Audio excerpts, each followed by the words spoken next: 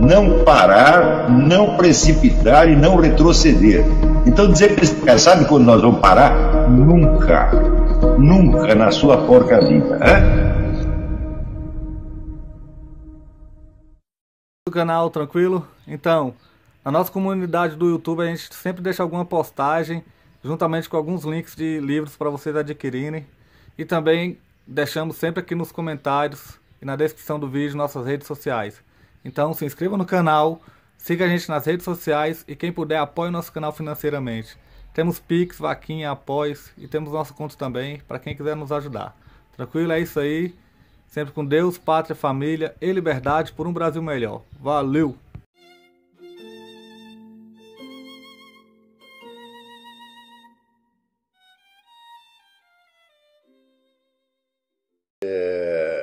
Nós temos várias portas de entrada por onde nós podemos chegar ao assunto desta aula, mas por uma feliz coincidência veio aqui uma pergunta do Hélio Rodrigues Pereira, com a qual eu gostaria de começar.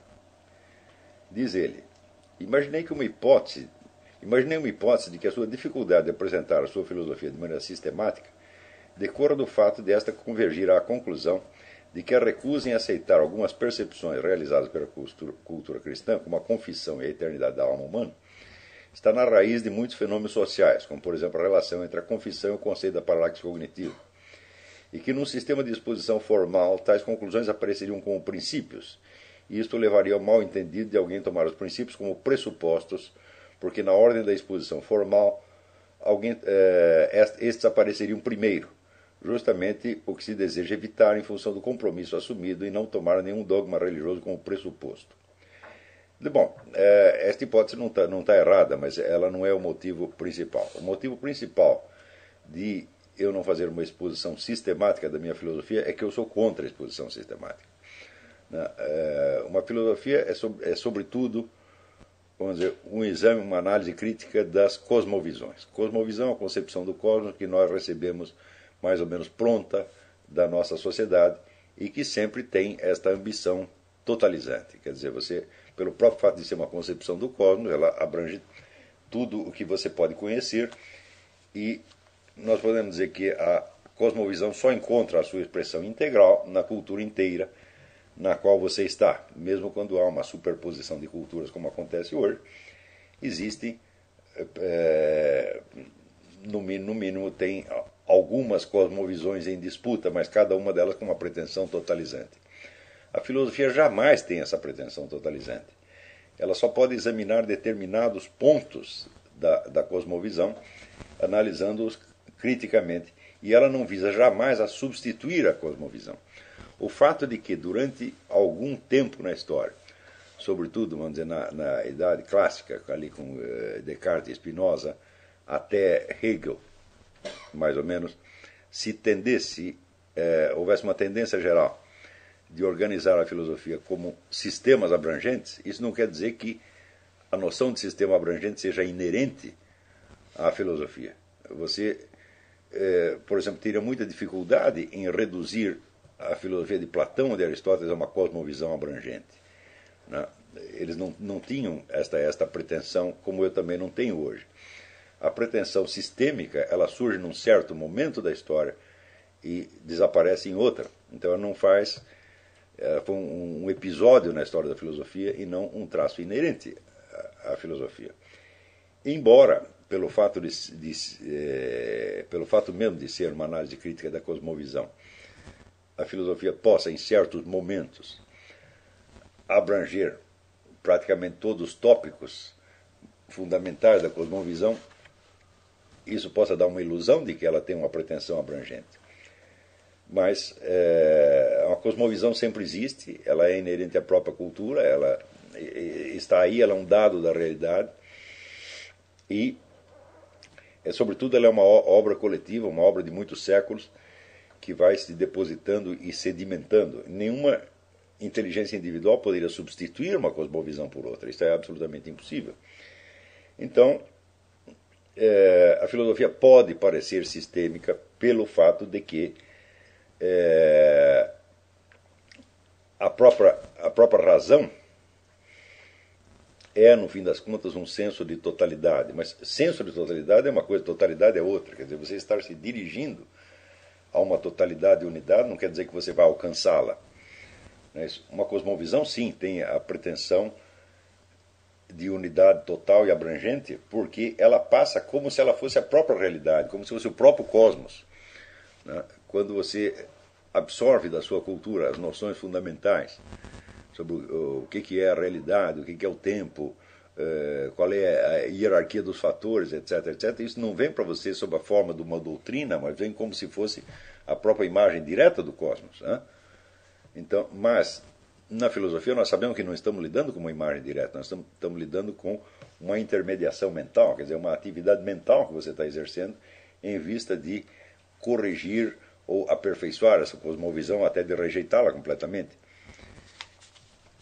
Então, embora orientada por uma noção de razão como senso de totalidade e senso das proporções dentro da totalidade, a filosofia não visa alcançar esta abrangência descritiva de uma cosmovisão.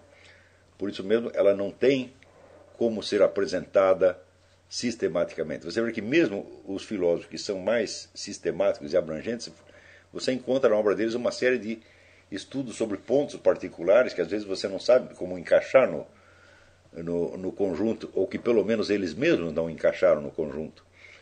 Então, por exemplo, se você estuda as obras de São Tomás de Aquino, você vai ver que tem as duas grandes sumas, a Suma Teológica e a Suma contra os Gentios, mas tem uma série de pontos particulares que foram desenvolvidos conforme as circunstâncias ou até a pedido de terceiros, para responder a perguntas de terceiros.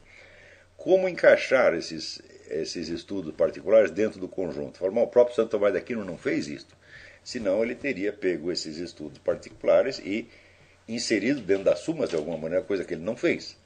Tá certo? Então, embora em poucos filósofos você vai encontrar um senso de unidade e totalidade tão claro quanto em São Tomás de Aquino, ele jamais teve a pretensão de organizar a sua filosofia de modo tão sistêmico que todos os escritos particulares acabassem se encaixando dentro das sumas. Né? O próprio nome suma indica, de algum modo, uma intenção abrangente, mas não existe nenhuma suma que você possa dizer que abrangeu todos os aspectos da realidade ao ponto de o seu autor não precisar examinar mais nada, nenhum problema isoladamente depois. Em segundo lugar, eu não creio que eu tenha nenhuma dificuldade em evitar a ideia de tomar um dogma religioso como pressuposto, porque eu acredito que qualquer intuito apologético, por mais mínimo que seja, é desastroso para a filosofia. Quer dizer, não se trata aqui apenas de evitar tomar dogmas religiosos como ponto de partida, mas de uma absoluta impossibilidade de fazê-lo. Você vê, quando você toma uma atitude apologética, você está tratando o cristianismo como se ele fosse uma doutrina entre outras doutrinas, e você está tomando partido dele. E eu acho que este ponto de partida, ele já é 100% errado. Não é isso? Não há doutrina no mundo que possa dar conta do que sucedeu durante a passagem de Nosso Senhor Jesus Cristo pela Terra. Nenhuma doutrina pode dar. Por mais abrangente que seja, ela sempre será limitada em relação àqueles fatos iniciais. E estes fatos têm que ser tomados como tais, isso é, como coisas que aconteceram. E não, vamos dizer, como símbolos abreviados de doutrinas que seriam escritas 1000 ou 1500 anos depois. Você não vai me dizer que Jesus Cristo fez o cego ver e o paralítico andar, só para que depois algum teólogo explicasse o que isto significa. Então, a teologia inteira, ela é nada em função dos acontecimentos. E esses acontecimentos, às vezes, não fazem parte de uma ordem doutrinária, eles fazem parte da ordem da realidade. E é a ordem da realidade que a filosofia tem em vista.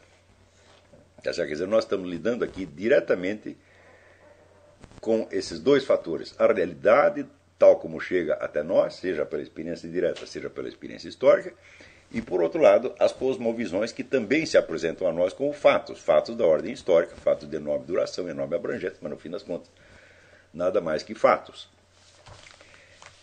Então, se, como eu expliquei para vocês desde o início, o cristianismo não é uma doutrina, mas é uma sucessão de fatos, que depois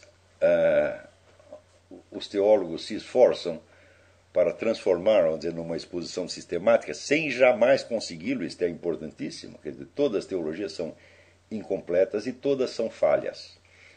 E a própria evolução do dogma cristão, se vocês estudarem ali, por exemplo, no livro do Cardeal Newman, que é um clássico, vocês vão ver que se existe uma evolução do dogma católico, quer dizer que o dogma não terminou, tá certo? E que existem milhões de questões em aberto. E coisas que pareciam claras 5 ou 6 séculos atrás podem se tornar enormemente complicadas depois. Então, quer dizer, para mim, o conjunto da doutrina católica, tal como foi estabelecido pelos teólogos, pelos concílios, pelos papas, não é senão um elemento a mais dentro da realidade. Ele é mais um fato da história. E eu não vejo o menor sentido em desenvolver uma filosofia com um sentido apologético. Eu acredito que até isto expressa, no fim das contas, uma certa deficiência na compreensão que o indivíduo tem do cristianismo, na medida em que acentua o seu caráter de doutrina e não de realidade. Né? Santo Tomás de Aquino dizia que nós falamos e escrevemos com palavras, e Deus fala e escreve com palavras, coisas e fatos. Tá certo? Esta frase, para mim, é uma coisa definitiva. Então, os fatos da ordem cristã transcendem de tal modo a abrangência da doutrina cristã que você considerar o cristianismo como doutrina é você diminuí-lo. Imagina, por exemplo, vamos dizer, a sequência de milagres, não só operados por Nosso Senhor Jesus Cristo, mas depois operados por todos, né, os santos ao longo da história, e reduza isso a uma doutrina se você puder. Quer dizer, ali você está lidando não com uma ideia, não com uma concepção, mas com um fato de ordem brutal, na verdade. Quer dizer, uma interferência direta de Deus na realidade humana. Tá certo? E isso aí não tem como você explicar doutrinalmente. Quer dizer, a própria noção de mistério, que é tão onipresente na doutrina cristã, está dizendo que é uma doutrina incompleta. Por exemplo, chega uma hora que você esbarra numa coisa que é, vamos dizer, uma realidade da qual você pode fazer, vamos dizer, uma referência teórica, mas que você não tem como fechar dentro de uma explicação teórica. Né? Esta mesma tendência de tomar o cristianismo como doutrina e sair defendendo essa doutrina é uma coisa que só surgiu, não, vamos dizer, do movimento interno do cristianismo. Isso não é uma tendência interna do cristianismo. Né? Você vê, o que quer dizer a palavra evangelho? Evangelho é uma notícia, quer dizer, notícia é um relato.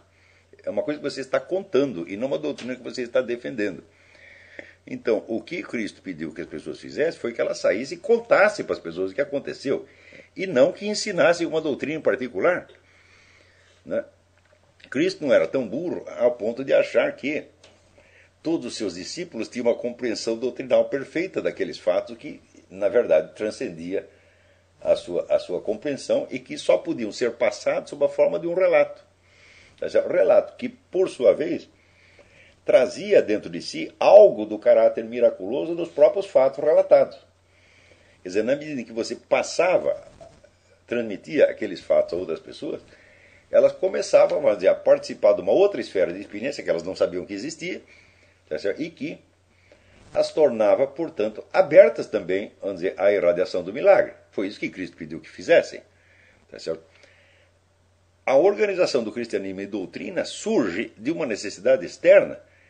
Quer dizer, são como aquele relato, ele cai num ambiente que está acostumado à discussão de ideias, no ambiente greco-romano, tá certo? Então, naturalmente, os ouvintes não cristãos ouvem aquilo como se fosse doutrina e passam a discuti-lo como doutrina.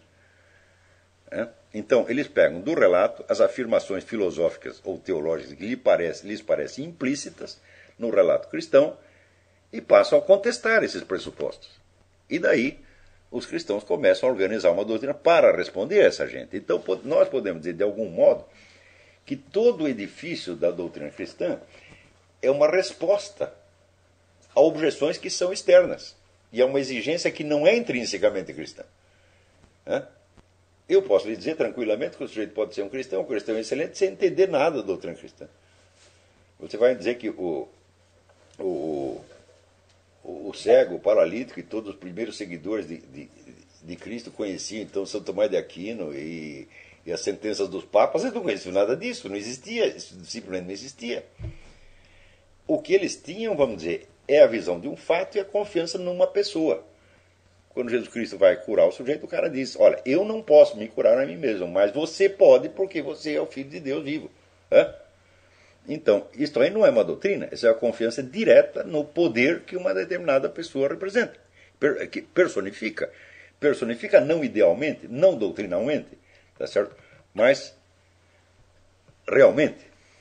Então, a necessidade da doutrina vem da cabeça de gregos e romanos, sobretudo gregos. Quando ouviam o relato, eles não ouviam como relato, eles ouviam como filosofia implícita. Quer dizer, por exemplo, se você diz, olha, Jesus Cristo é o Filho de Deus vivo, então o que você está querendo dizer? Está querendo dizer que existe um só Deus, assim, assim, assim? Então, era uma interpretação doutrinal que as pessoas estranhas à fé faziam. E para responder a essas dúvidas, que vinham de uma mentalidade totalmente estranha ao cristianismo, foi que se desenvolveu a doutrina cristã. Então, normalmente essa doutrina não seria necessária. A necessidade da doutrina vem da dúvida intelectual que as pessoas estranhas ao meio cristão tinham. Então tudo isso foi feito, foi recortado na medida delas, e não das necessidades internas do cristianismo. É por isso que a doutrina só vai aparecendo aos poucos.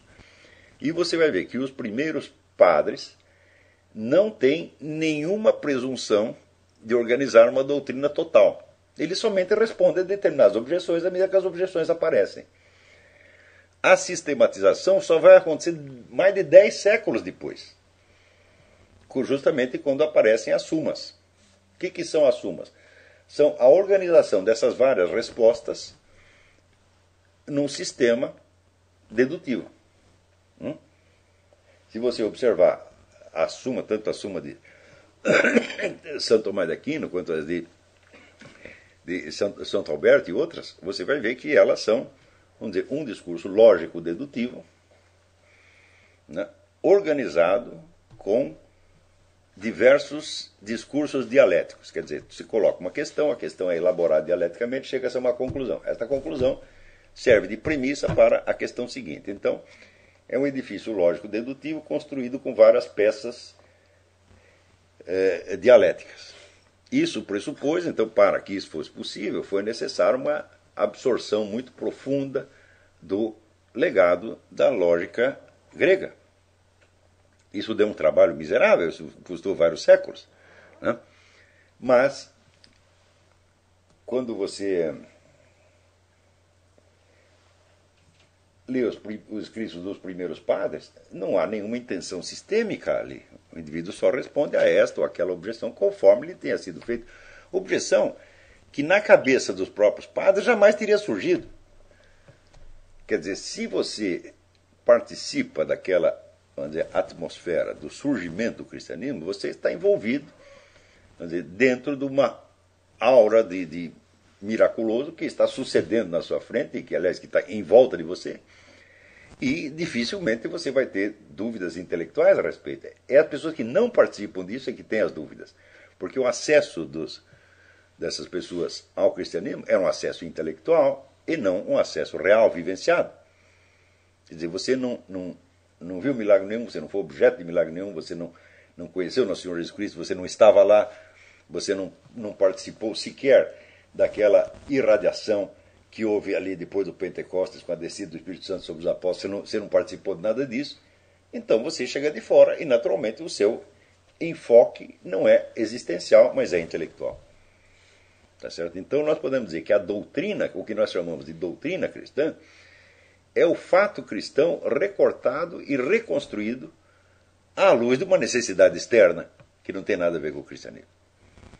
Está entendendo? Agora, e esta mesma relação ainda se observa hoje, quer dizer, não é só na origem. Você imagina que você está doente, você foi lá até o Padre Pio rezou para você e você ficou curado, tá certo? De, sei lá, alguma doença mortal. Eu disse, bom, você lá vai precisar de uma explicação doutrinal para isso? Ali você se chocou, vamos dizer, com uma realidade da ordem física e metafísica que transcende infinitamente a sua capacidade de explicar. Então você está conhecendo a realidade num outro plano, que nós poderíamos chamar de existencial, na falta de outro nome, tá certo? E que não requer explicação doutrinal. Não só não requer, como impossibilita. Você me dê uma explicação do milagre do Padre Pio, se puder, tá certo? Ninguém pode. Então, vamos dizer, quando você tem o fato bruto, é claro, nada te impede de você buscar uma explicação, tá certo? Mas a natureza mesmo do fato mostra que ela reflete a presença de uma inteligência, de uma vontade transcendente que não pode ser compactada dentro da sua pobre explicação doutrinal. Está entendendo? Então, o acesso doutrinal ao cristianismo é evidentemente um acesso diminuído. Por que ao longo dos tempos ele se tornou o acesso principal?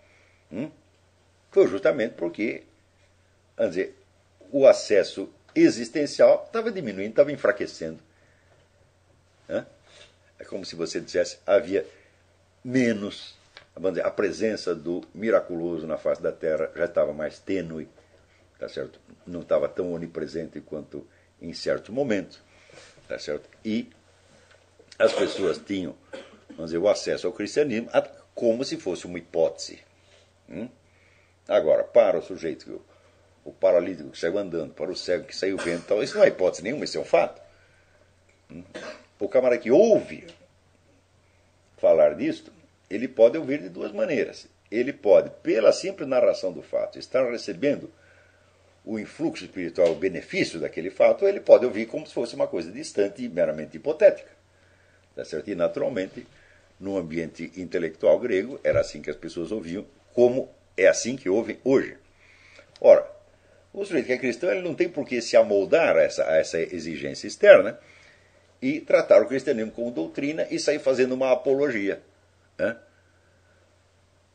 Na verdade, você não precisa. Que intuito apologético você precisa para você contar os fatos como eles realmente aconteceram? Não tem apologia nenhuma, você não está defendendo uma doutrina, você está contando uma coisa que aconteceu. Tá certo? E nós, até hoje, nós participamos disso, nós ainda estamos contando o que aconteceu. Não é isso? Então,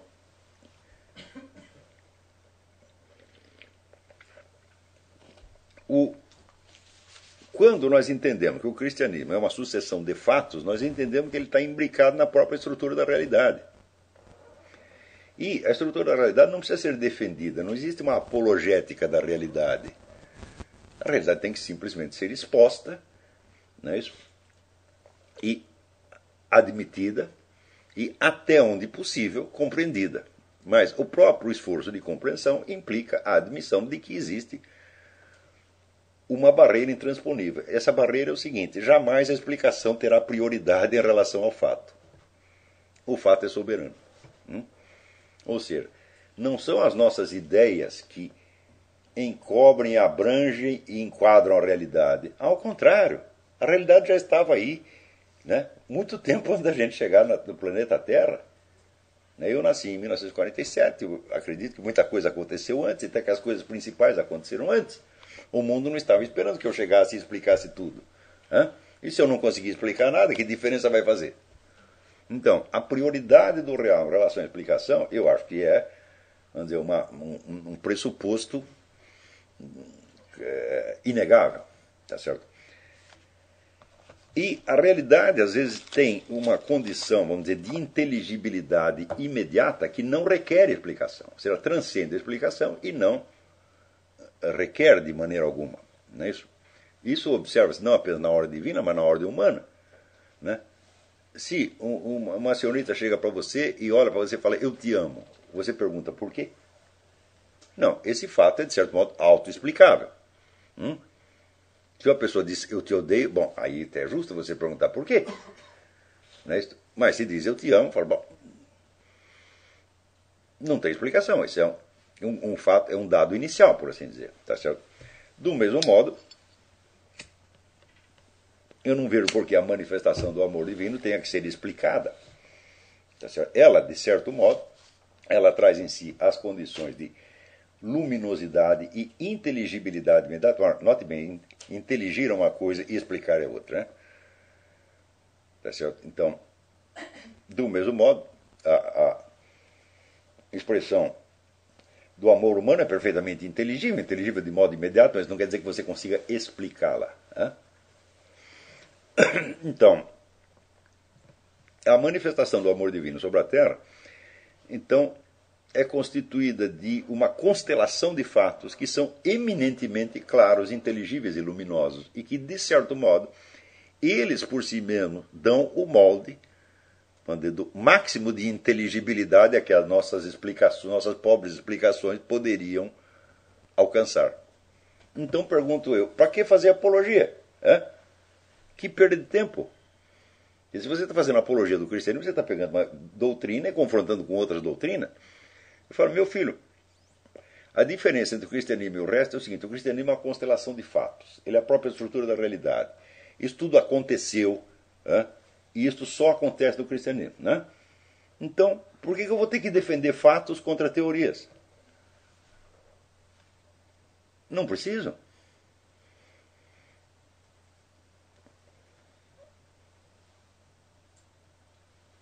Então, sendo assim, é claro que toda a nossa atividade filosófica, ela visa apenas a esclarecer certos pontos que surgem da cosmovisão presente, ou das cosmovisões presentes, e que podem, por virtude da sua, vamos dizer, acumulação ou da sua própria confusão interna, obscurecer as realidades fundamentais. Por exemplo, eu considero que uma confusão imensa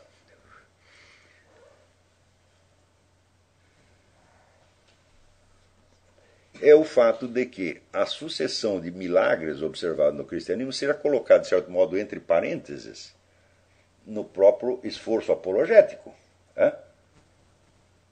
Ora, vejam bem, estuda a vida do Padre Pio e vê se aquilo necessita de alguma apologia.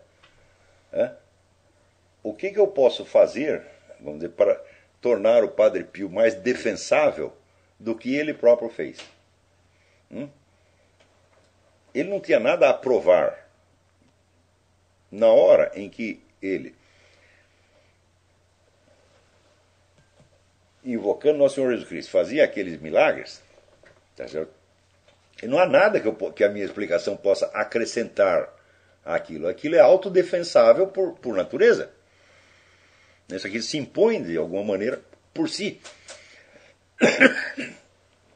Agora, se tentamos reduzir o conjunto, vamos dizer, a um edifício explicável e demonstrável em todos os seus passos, bom, estou tratando o cristianismo como se fosse uma doutrina qualquer outra, como outra, apenas dizendo essa doutrina é certa e as outras são erradas.